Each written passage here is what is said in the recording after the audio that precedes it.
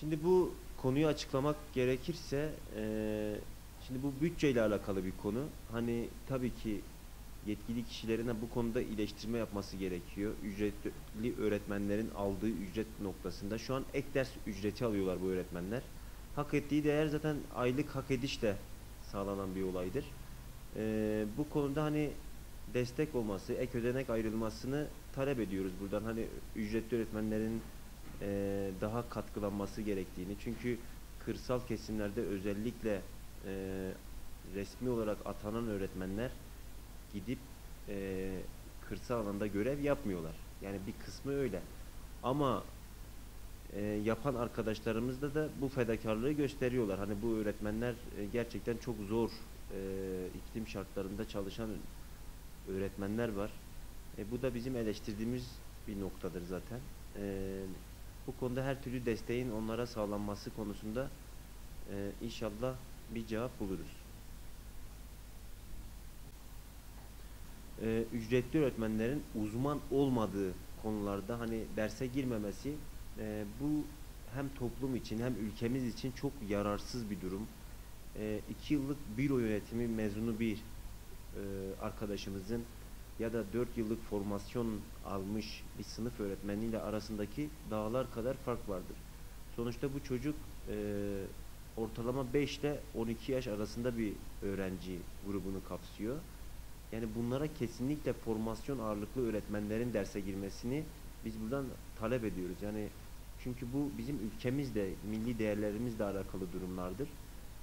Bunun da eğitim seviyesini özellikle Van kırsalında, Van merkezinde hani eğitim seviyesini yükseltmemiz için çok daha kalifiyeli öğretmenlerin atanması, ücretli öğretmenlerin hatta e, bu konuda gerekirse mülakata bile alınması gerektiğini ben buradan destekliyorum.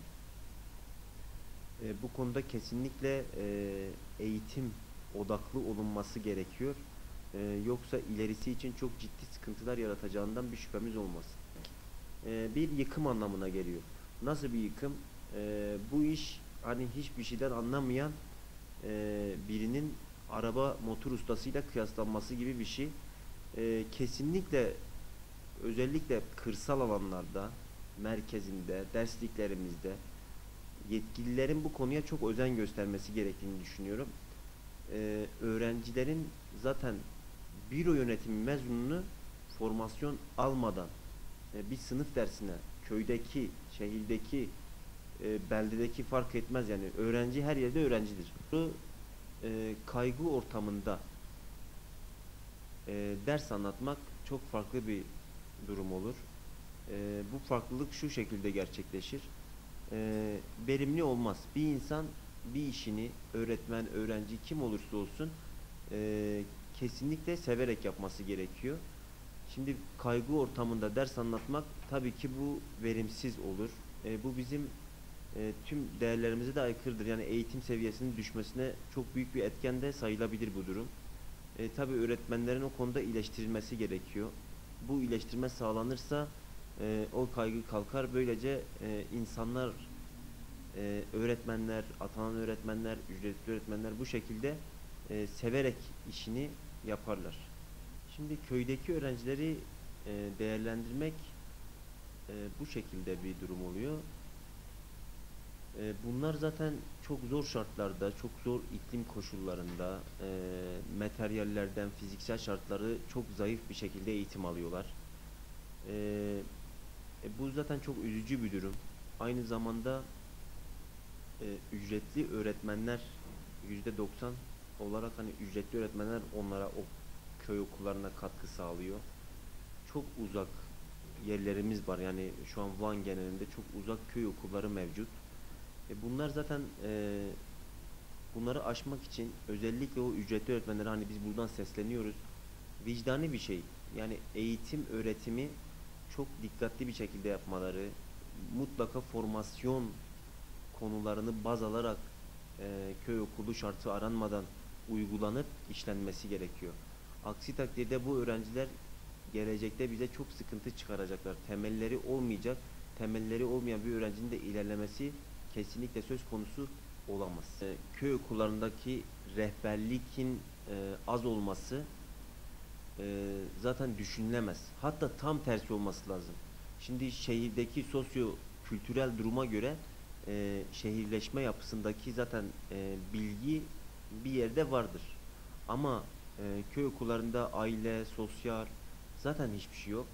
Bence şehirdeki rehber öğretmenlerinin öncelik olarak, yani şehirdeki rehber öğretmeni madem boşluk var kontenjan sıkıntısında, şehirdeki rehber öğretmenlerin köylerde olması daha sağlıklı olacaktır ülkemiz için. Artı buradan tekrar sesleniyorum. Eğitimdeki rehberliğin özelleştirilmesi kavramı, yani rehberlik özelleşirse sizin dediğiniz o sorunun cevabı da ortaya çıkmış olur. Hem maliyet ucuzlar hem de tüm köy okulları artı şehirde de eksiksiz rehber öğretmeni olur. Artıları var. Yani örneğin Ankara'dan eee, Van şehrimize, ilimizin bir köyüne bir sınıf öğretmeni atanıyor. Yani bu basına da çıkmış, geçmişte yaşanmış, söylenmiş durumlar var. O atanan öğretmen burası doğu olduğu için, uzak bir köy olduğu için, yaşam koşulları, iklim şartları zor olduğu için kesinlikle atandığı halde gelmiyor, karşı çıkıyor. Diyor ki ben gitmiyorum. Burada bir boşluk oluşuyor. O boşluğu da ücretli öğretmenlerle kapatılıyor. Şimdi ücretli öğretmenin katkısı bu yönde. Köy okullarındaki öğrencilerimizin o güzel öğrencilerimizin eee, burada ücretli öğretmenlerinden boş dersi geçmiyor. Yani ücretli öğretmenleri sayesinde onların boş dersi geçmemiş oluyor. Artısı budur. Ama olayın eğitim boyutuna bakacak olursak ücretli öğretmenlerin %80'inin formasyonu yok. Şimdi formasyon olmayan bir sınıfa bir öğretmen